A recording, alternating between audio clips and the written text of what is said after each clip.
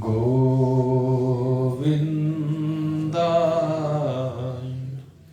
नमो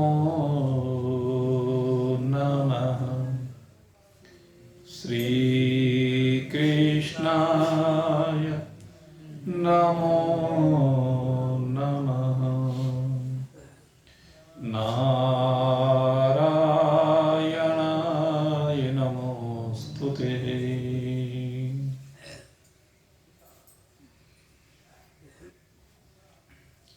भगवान के पुनीत पावन चरण कमलों की महिमा को अनुभूत करके भगवान के इन पावन चरण कमलों में अपने आप को समर्पित करके अपने आचरण की शुद्धि के लिए निरंतर प्रयासरत जिज्ञासु नित्य है आप चर्चा का श्रवण कर रहे हैं और चर्चा का श्रवण करते हुए हम जो गीता जी का ये भक्ति योग नाम का 12 अध्याय है, इस 12 अध्याय में एक निष्कर्ष पर पहुंचते जा रहे हैं और वो निष्कर्ष क्या है कि भगवान को कौन प्रिय है, भगवान का भक्त कौन है। अधिकांशतः हम जो श्रवण करते हैं उसमें हम ये देखते हैं कि जो भगवान के नाम का गुणानुवाद करता है, महिमा का गुणानुवाद करता है, लीला का गुणानुवाद करता है, भगवान के नाम को लेता है, लीला में डूबता है, गुणों को धारण करता है, भगवान के मंत्र का जाप करता है, भगवान के स्वरूप का ध्यान करता है, इत्यादि इत्यादि जो धार्मिक क्रियाएं जिनको कहते हैं। तो सामान्यतः ये माना जाता है कि ये ऐसा करने वाले भगवान के भक्त होते हैं। ये बात ठीक है कि ये सब भगवान के भक्त ही होते हैं, लेकिन भगवान किससे प्रेम करते हैं, भगवान को कौन प्यारा है, आप गत कुछ दिनों से इस चर्चा का श्रवण कर रहे हैं और इस चर्चा का श्रवण करते हुए आपने देखा होगा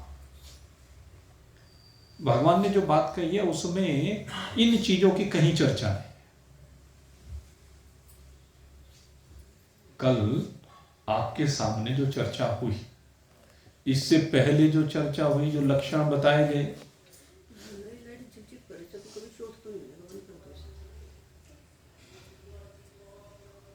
ऊपर का सेकंड वाला दबा दियो, उधर से।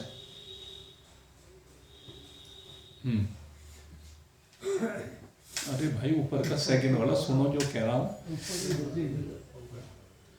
बस। नारायण।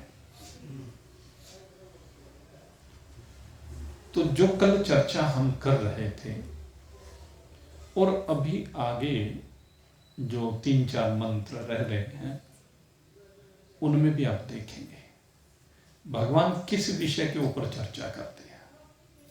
कल क्या कहा भगवान ने, अनपेक्षा सुचिर दक्ष उदासीनो गतव्यथा सर्वारंभ परित्यागी सो मद भक्त। भगवान भक्त के लक्षण बता रहे हैं। कौन से भक्त के लक्षण? कहले से में प्रिय, वो भक्त जो मुझे प्रिय है। तो हम देखते हैं कि इसमें भगवान विशेष रूप से कर्मयोग की चर्चा करते हैं। भगवान कर्मयोगी को अपना भक्त मानते हैं। ये जो बात कह रहे थे ना, आचरण, ये है वो आचरण की बात। अनपेक्षा, कोई अपेक्षा नहीं किसी से, किसी से कोई चाहत क्यों करें? अगर कुछ चाहना है तो भगवान से ही करें। पहली तो बात, भगवान से भी करने का निषेध किया गया है। भगवान को भी कुछ कहने की आवश्यकता नहीं है, क्योंकि आपकी जो जरूरत है वो भगवान स्वयं जानते हैं। भगवान घटघटवासी है, तो भगवान से भी कुछ मांगने की आवश्यकता नहीं। भगवान से तो अगर मांगे तो क्या मांगे? भर्गो देवस्य धीमहि धियो यो नः प्रचोदयात्। भगवान से अगर मांगना भी है तो ऐसी बुद्धि मांगनी है, इस अंतःकरण की शुद्धता मांगनी है, पवित्रता मांगनी है कि भगवान अगर कृपा करना है तो इस रूप में कीजिए कि अंतःकरण पावन हो जाए, शुद्ध हो जाए, निर्मल हो जाए, दयालु हो जाए। धैर्य, क्षमा, संतोष, इन शुभ भावों से अंतःकरण संयुक्त हो जाए। जब इन भावों से संयुक्त हो जाता है तो भगवान उससे प्रेम करने लगते हैं। और फिर मुझे वो बात याद आ जाती है जो हनुमान जी ने विभीषण जी को कही। हनुमान जी देखते हैं कि विभीषण जी हर समय राम राम का जाप करते हैं, भगवान के नाम का जाप करते हैं। और जब विभीषण जी को पता चला कि राम भक्त हनुमान है, राम जी के भक्त का पहले दर्शन हुआ है, तो उन्होंने कहा कि भैया क्या मेरे ऊपर भी भगवान राम कृपा कर सकते हैं? क्या मुझ असुर को भी भगवान मिल सकते हैं? असुर कुल में जन्म लिया इसलिए अपने को असुर मान रहे, यद्यपि विभीषण असुर नहीं है और कुल भी उनका राक्षसी नहीं है। मां का कुल राक्षस कुल है, पिता का कुल राक्षस कुल नहीं। पिता का तो ऋषि कुल है, विश्वकर्मा ऋषि, बाबा जी पुलस्त ऋषि कुल है। और फिर उनके पिता तो साक्षात भगवान ब्रह्मदेव, तो वो कुल राक्षस कुल नहीं है। और कुल की पहचान तो पिता से मानी जाती है, लेकिन यहां मां के लक्षण ज्यादा आ गए दो बेटों में। एक में पिता के लक्षण आए तो इसलिए हम उसे असुर राज नहीं कह सकते, क्योंकि तो ऋषि कुल से और ऋषि है, ऋषि संतान है विभीषण। मां के लक्षण आए रावण और कुंभकर्ण में। और देखिए रावण की पत्नी मंदोदरी, मंदोदरी वो किस कुल की है? वो दानव कुल की है। रावण राक्षस है, वो दानव कुल की है, लेकिन दानव कुल की होने के बाद भी वो सती सतवती है। मंदोदरी की गिनती सतियों में आती है, आपको बताएं। रावण की पत्नी की गिनती सतियों में आती है। तो ये व्यक्तिगत विषय है। राक्षस, असुर, दानव एक प्रकृति है, दैव एक प्रकृति है, ऋषि एक प्रकृति है, मुनि एक प्रकृति है। ये प्रत्येक जीव की जो प्रकृति है, उस प्रकृति के कारण ही ये विभिन्न भाव है। इसलिए जब हनुमान जी से विभीषण जी ने पूछा कि क्या मुझे भी राम मिल सकते हैं, कहने लगे हाँ राम तो मिल सकते हैं। तुम राम का नाम लेते हो, राम तुम्हें मिल सकते हैं, लेकिन केवल नाम से नहीं मिलेंगे। मुख्य बात क्या है? कहते केवल नाम से नहीं मिलेंगे, फिर कहने लगे काम से मिलेंगे।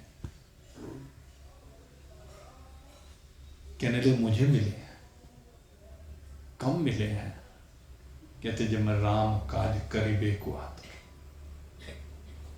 मैं राम के काज करने के लिए आतुर रहता हूं, आकुल व्याकुल रहता हूं, बेचैनी रहती है, हर समय मन में भाव रहता है कुछ ना कुछ राम का काम करता।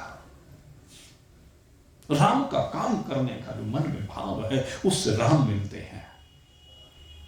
और यहां जो भी भाव दिए हैं वो ऐसे ही भाव दिए हैं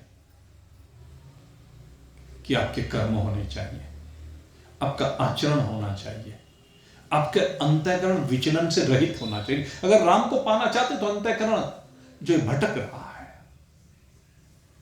इस भटकाव को समाप्त करना होगा। और भटकाव कब समाप्त होगा? जब वैराग्य जीवन में होगा। जब तक लालसाएं होंगी, चाहते होंगी, मेरे मित्रों भटकाव रहेगा। और जब ये नहीं होंगे तो भटकाव समाप्त हो जाएगा। यह जितने भी लक्षण दिए हैं ये आपके आचरण में समाहित होने चाहिए। और जिसका आचरण आप चिंता करें, चिंतन करें, जिसका आचरण शुद्ध हो जाता है। अभी क्या कहा कि सीता मैया के चरण, लक्ष्मण जी ने कहा ये प्रभु आपसे श्रेष्ठ है, आपसे सुंदर है, इसमें कोई दो राय नहीं। लेकिन जब सीता मैया से कहा कि आपके चरण क्यों श्रेष्ठ हैं, क्यों पवित्र हैं, क्यों पावन हैं, कहते हैं क्योंकि आप राम के चरणों की अनुगामी हैं, इनके चरणों का अनुगमन करती हैं, इनके पीछे पीछे चलती हैं और इनके पीछे पीछे चलकर आप इनकी छाया बन गई हैं, इसलिए आपके चरण सुंदर हैं। और फिर कहा आप दोनों से भी सुंदर जो चरण है वो उस भक्त के हैं, कहते हैं जिन्होंने आपके चरित्र को अपने जीवन में उतार लिया है। क्यों? जो आपके चरित्र को अपने जीवन में उतार लेता है, कहते हैं आप उससे प्रेम करने लगते हैं। आपसे प्रेम करने वाले भक्त तो बहुत हैं, लेकिन जिससे आप प्रेम करते हैं वो भक्त बहुत कम होते हैं, इसलिए वो आपसे भी श्रेष्ठ है। ये सुना रहे थे ना, मुझे भक्त अति प्रिय लागे, संत अति प्रिय लागे, उद्धव मुझे संत अति प्रिय लागे। भगवान श्री कृष्ण यही बात कहते हैं कि मुझे संत अति प्रिय है। ये संति तो है अनपेक्षः सुचिरदक्षः उदासीनो गतव्यथा, जो उदासीन है, सम है, संसार के कार्यों में घुसा हुआ नहीं है, ये करना है वो करना है, कुछ नहीं करना।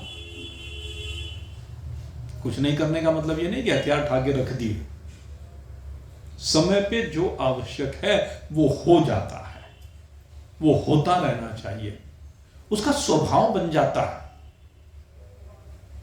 ये सब चीजें उसके स्वभाव में आ जाती है, करने योग्य उससे होता रहता है और न करने योग्य होता ही नहीं है, ये स्वभाव बन जाता है।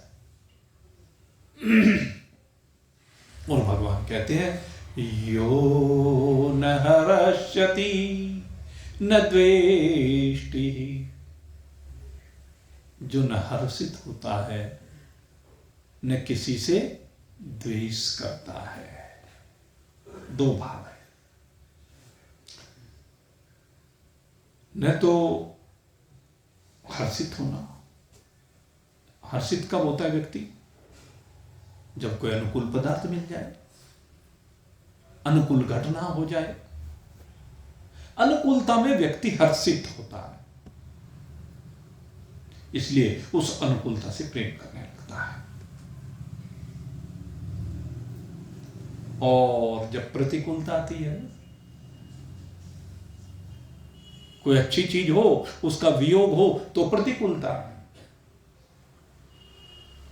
कोई प्रतिकूल वस्तु हो, उसका संयोग हो जाए तो उससे द्वेष होता है कि प्रतिकूल वस्तुओं के साथ मेरा संयोग नहीं होना चाहिए, मुझे नहीं चाहिए वो। और इसमें सबका अलग अलग दृष्टिकोण है, इसमें सबका दृष्टिकोण अलग अलग है। संसार में कोई चीज किसी के लिए अनुकूल है तो किसी के लिए प्रतिकूल है। एक सर्पिणी को सर्प मिलता है तो वह हर्षित होती है, और एक आम आदमी को सर्प मिलता है तो शोक होने लगता है, दुख होने लगता है, भय होने लगता है। काटना नहीं, पिंड छुड़ाओ। शेर सामने आ जाए, शेरनी के सामने शेर आ जाए तो उस पर क्या फर्क पड़ता है, लेकिन आदमी के सामने शेर आ जाए सिट्टी पिट्टी गुम हो जाती है, कहावत है ना, ये स्थिति हो जाती। लेकिन कहते हैं जो आ जाए, तेरे फूलों से भी प्यार, तेरे कांटों से भी प्यार, जो भी तू भेजे सरकार, हमको वही है स्वीकार। जो भी परिस्थिति है उसको सहज भाव से, प्रारब्ध मान करके, समदृष्टि से सहन करे। और ऐसा नहीं है कि शेर सामने आ गया और वो कहे कि मैं तुझे खाने के लिए आया हूं, ले खा ले, नहीं, ये भी नहीं कहा गया। प्रतिकार करें, वो शरीर का धर्म है। शरीर फिर बचे ना बचे वो एक अलग बात है, प्रतिकार तो करो। शेर खाने के लिए झपट्टा मारना चाहता है तो उससे लड़ो तो सही, लड़ना जरूरी है। शरीर का धर्म ये कहता है कि शरीर का रक्षण भी करना चाहिए। बहुत सी जायदाद मिल गई, सोना मिल गया, संतानें मिल गई, अनुकूलता आ गई, बालक अनुकूल हो गया, तो उन सब परिस्थितियों की उत्तरोत्तर बढ़े तो उसमें हर्षित होता है। कहते नहीं, बढ़े या घटे जैसी राम जी की इच्छा, सब प्रारब्ध का खेल है, घटना और बढ़ना। तो हर स्थिति में कोई भी विकार अपने अंदर ना आने दे। हर समर्थ राग द्वेष, ये 4 प्रकार के विकार होते हैं। इन चारों प्रकार के विकारों से आप विरहित रहें, आप विलग रहें, मन से विलग रहें। इसको भी भगवान ने भक्त कहा, इसी को कहा है भक्त असली। तो कहते जो भी मैं भेजता हूं वो प्रसाद है। भगवान ने जो भी भेजा वो सब क्या है, प्रसाद है। शरीर में बीमारियां भेज दी तो ये भी भगवान का प्रसाद है। और शरीर बिल्कुल निर्विकार है तो ये भी भगवान का प्रसाद है। बिल्कुल निर्विकार है तो ये भगवान का प्रसाद, और शरीर में विकार भेज दिया तो महाप्रसाद। शरीर रोगी हो गया, शरीर में सारे दिन कभी इधर से कभी इधर से कभी इधर से, हाँ, चस चस रहती है, दवाई तो खाओ, चस चस रहती है, हाँ? तो ये महाप्रसाद, इसे क्या कहा, महाप्रसाद। क्यों कहा महाप्रसाद? कहते वो तो सुख का भोग है जब निर्विकार है, अनामय है, और ये पाप का भोग है। जब पाप का भोग होता है तो पाप कटता है। पाप का भोग होने पर पाप कटता है, और जब निर्विकारता रहती है तो वो पुण्य का भोग है, उससे पुण्य घटता है। हमारा प्रयास क्या होना चाहिए कि पाप घटे, पाप कटे, पाप घटे, पाप कटे। और पाप के घटने का 2 तरीके, एक तो भोग करके घटे और दूसरे पुण्य करके घटे, शुभ करके घटे। अब दोनों तरीके अगर यदि हम अपनाएंगे तो पाप घटते जाएंगे, कटते जाएंगे।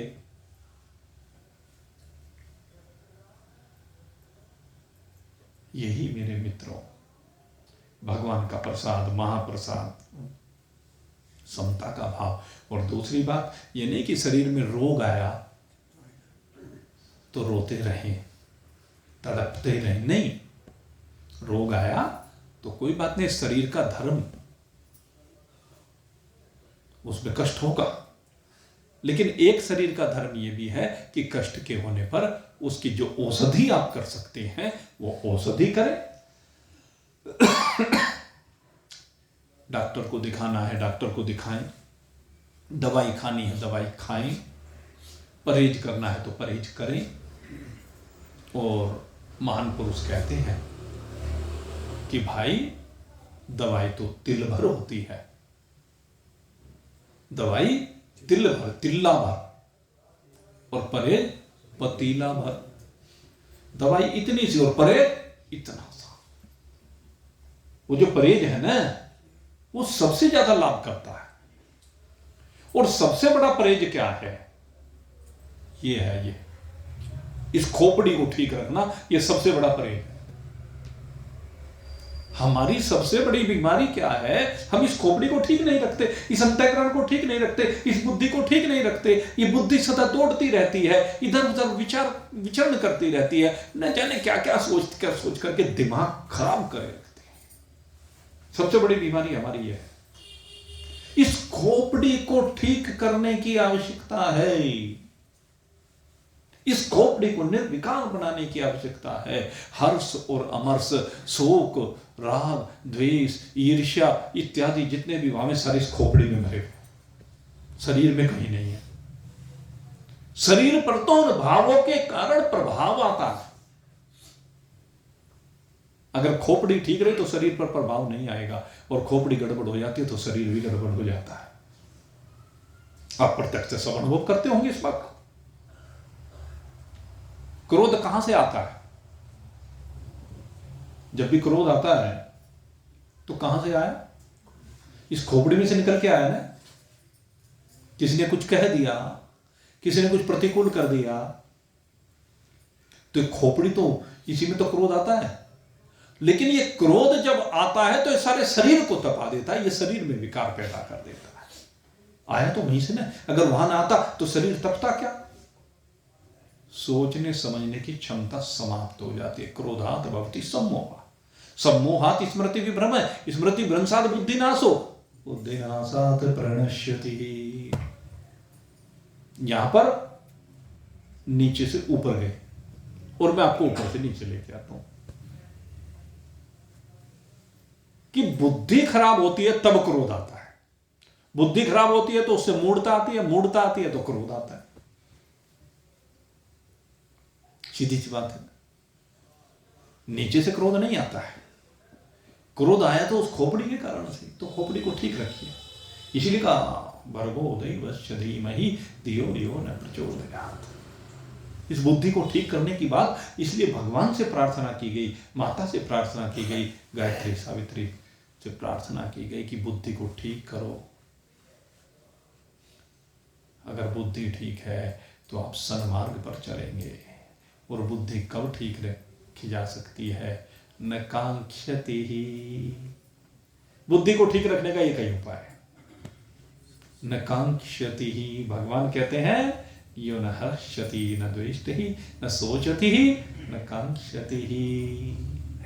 सोचना और चाहना दो चीजें हैं। जब हम किसी भी वस्तु के बारे में सोचते हैं तो उसकी कामनाएं शुरू हो जाती है। किसी वस्तु को देखा, ये तो बड़ी अनुकूल है, ये तो बड़ी सुंदर लग रही है, ये तो मेरे पास होनी चाहिए। पहले देखा, सुना, फिर उसकी चाहत हुई। कब? जब बुद्धि में बात बैठी कि अनुकूल है, इसलिए उसकी कामना होती है।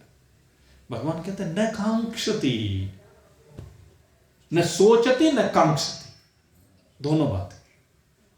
न सोचती न कांक्षति, न सोचिए न प्राप्त करने की इच्छा कीजिए, कामना नहीं। दोनों चीजों से बाहर निकलिए। न शोचति न कांक्षति। शुभाशुभ परित्यागी।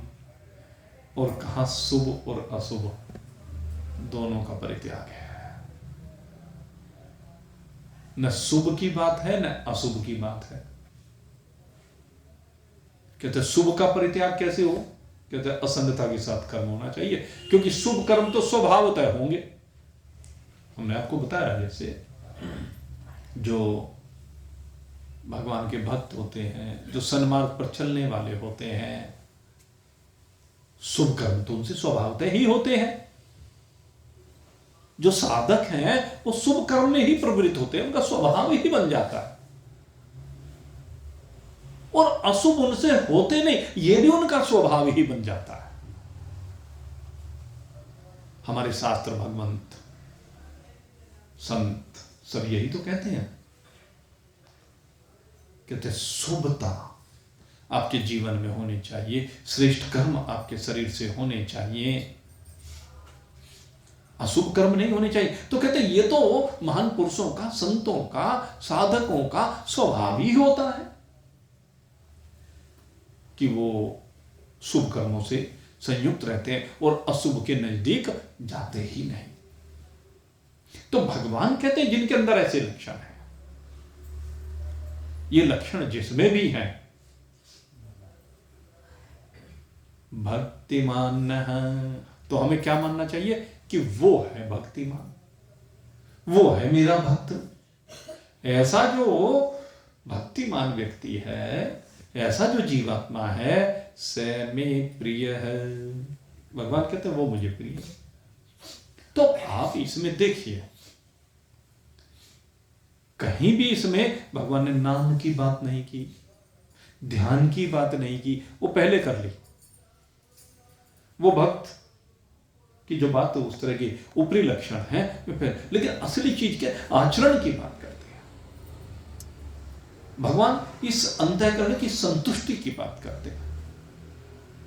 ये अंतःकरण किस दिशा में हो, इसकी बात भगवान करते हैं। हनुमान जी ने यही समझाया कि तू विभीषण राम जी का काज कर। अगर राम जी का काज करेगा तो राम जी तुझे मिल जाएंगे। तो जरूरी है कि हम संसार में रह करके संसार में भगवान के निमित्त कार्य करें, भगवान के आदेशानुसार कार्य करें, संतों ने जो मार्ग दिखाया है उसके अनुसार कार्य करें। और जो ऐसे कार्य करता है वो संत ही हो जाता है, उसका आचरण अनुकरणीय हो जाता है। भगवान भी स्वयं यही कहते हैं, यच्चरते श्रेष्ठ तत्ततेव इतर जना सयत् प्रमाणम कुरुते लोकस्तदनुवर्तते। लोक किस चीज का अनुसरण करता है, संसार किस चीज का अनुसरण करता है, संसार क्या देखता है। कहते जैसे जैसे महान पुरुष कर रहे हैं वैसे हमने करना है। अब किसकी नजरों में महान पुरुष कौन है वो एक अलग बात है, लेकिन शास्त्र की नजरों में जो महान पुरुष है वो महान है। और नहीं तो भाई आजकल जितने नेता बने फिरते हैं, उनके जो पीछे चलने वाले पिछलग्गू, उनके चेले आदि का होते हैं, शिष्यगण है वे क्या करते हैं, वे भी उन्हीं की भाषा बोलते हैं, उन्हीं का आचरण करते हैं, क्योंकि उन्हें तो वही श्रेष्ठ लगते हैं। जो मोदी जी के अनुयायी हैं वे मोदी जी के अनुसार बोलते हैं, योगी जी के योगी जैसे बोलते हैं, राहुल गांधी के राहुल जैसे बोलते हैं, वो अखिलेश के अखिलेश जैसे बोलते हैं। जो भी खैर वो राजनीतिक उसमें उन्हें कुछ लेना देना नहीं कि इन्होंने सही बोला कि गलत बोला, बस बोलने से मतलब है, समर्थन करने से मतलब है। देश की राष्ट्रपति को पुअर लेडी बोलती है,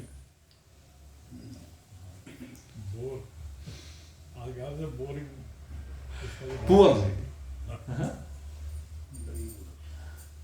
आप चिंतन करें, जो देश की राष्ट्रपति है, वो तो प्रधानमंत्री से भी ऊपर है। आप चिंतन कीजिए, उसको भी पुअर लेडी कह करके संबोधित करना, ये संस्कृति की तो बात है। ये संस्कृति की भी नहीं, ये संस्कृति हीनता की बात है।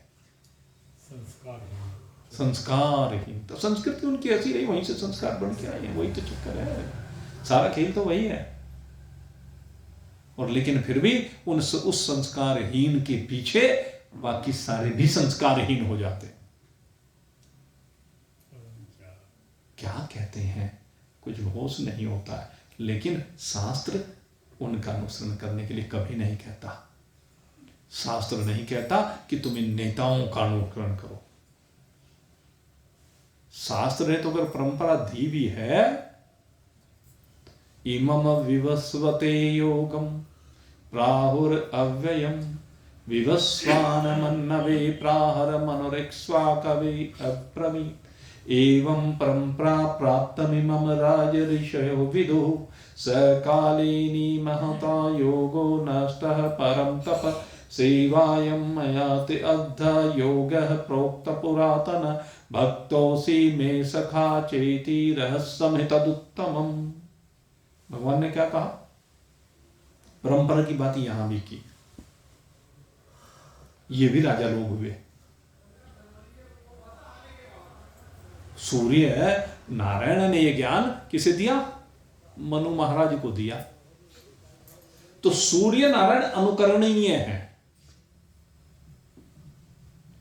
और मनु महाराज ने ज्ञान किसे दिया? मनोरिक्ष्वा कवे, जो वैवस्वत मनु हुए, जो वर्तमान हमारा 7वां मनवंतर चल रहा है, इसके मनु कौन है? वैवस्वत मनु है। सबसे पहला जो मनवंतर है उसके स्वयंभू मनु है। लेकिन इस बार जो मनवंतर है उसमें वैवस्वत मनु, इनके जो 10 पुत्र हुए उनमें एक इक्ष्वाकु जी है। तो बाकी 9 का तो नाम नहीं लिया। नाम किसका लिया? इक्ष्वाकु जी का लिया। अब 10 उंगली 10 की 10 एक साथ थोड़ी ना होती। यानी इक्ष्वाकु जी ने उस परंपरा का अनुकरण किया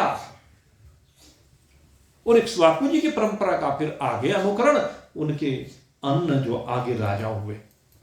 एवं परंपरा प्राप्त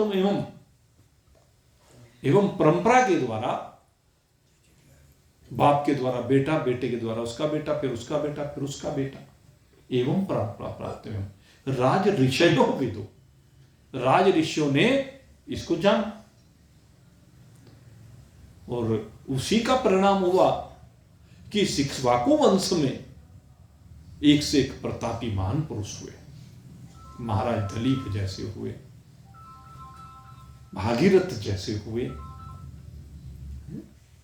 बड़े कर्मयोगी, जिनकी वजह से गंगा जी भी धरती पर आ गई। ऐसे भागीरथ जैसे हो, भागीरथ प्रयास, यह है कर्म की बात। अपने पितरों के लिए जो गंगा जी को धरती पर ले आए। और आज का युग तो ऐसा हो गया, कोई पितरों को याद ही नहीं रखता।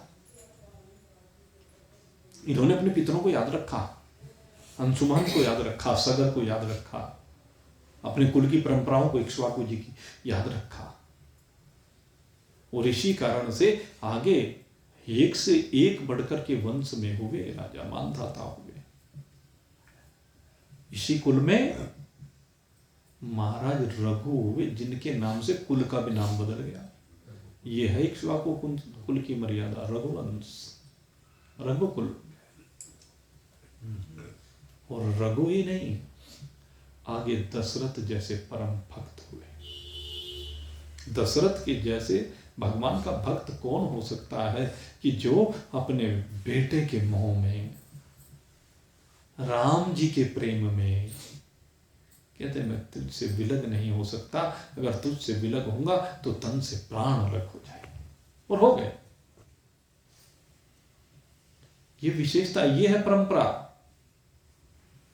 और इसी परंपरा के कारण से भगवान श्री राम का इस कुल में अवतरण हुआ है।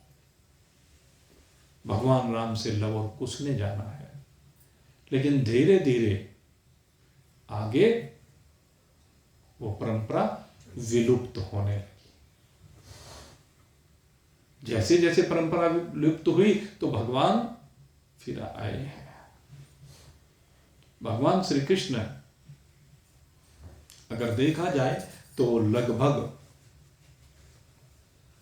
उस कुल की, भगवान राम के कुल की, जब 35-36 पीढ़ियां बीत गई तब भगवान श्री कृष्ण का अवतरण हुआ है।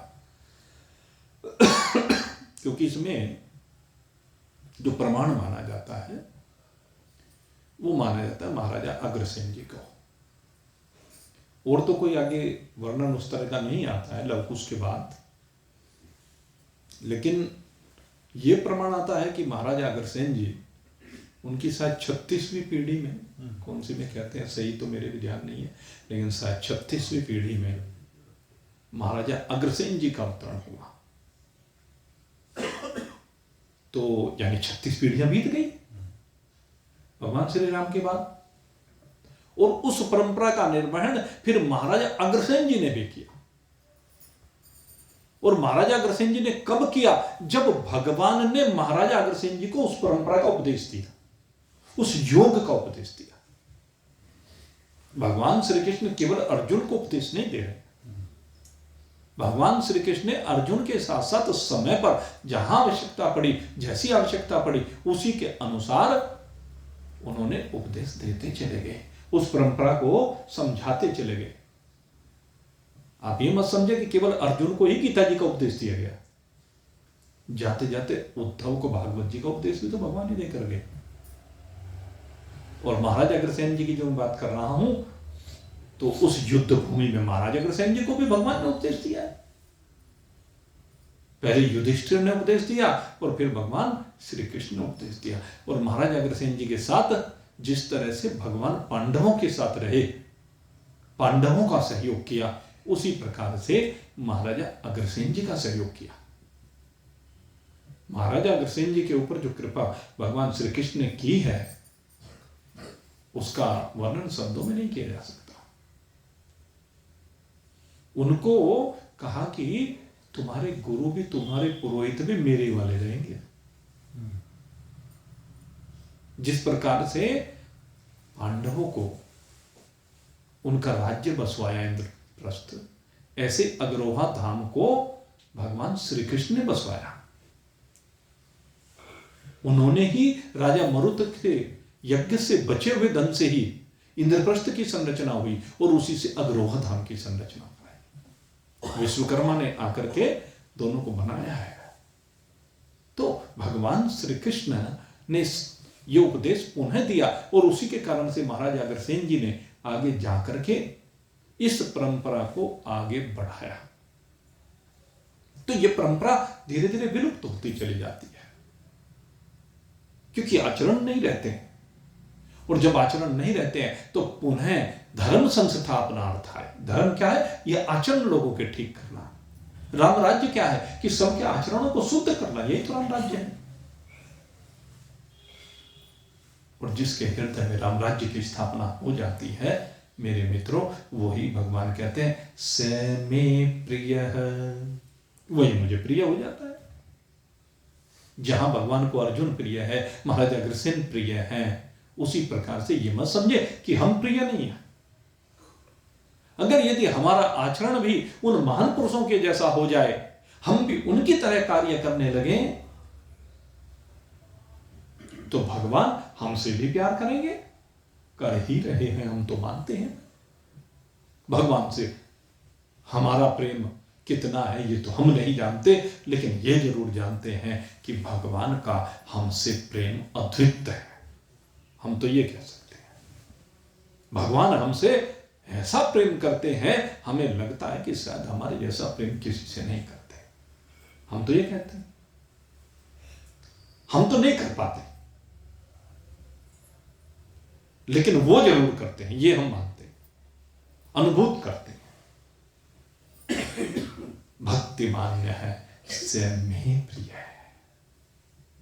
तो मेरे मित्रों, भगवान आपसे बहुत प्रेम करते हैं। इस प्रेम को देखो, इस प्रेम को अनुभूत करो। और जो आचरण करने के लिए वो कह रहे उसे करो, अपने जीवन में समाहित करो। यही भगवान का प्रसाद है। इस प्रसाद को ग्रहण कीजिए और आनंद मनाइए। इन्हीं शब्दों के साथ आज के सत्संग को अभी यहीं पर विश्राम दे रहा हूँ। बोलिए सच्चिदानंद भगवान की जय।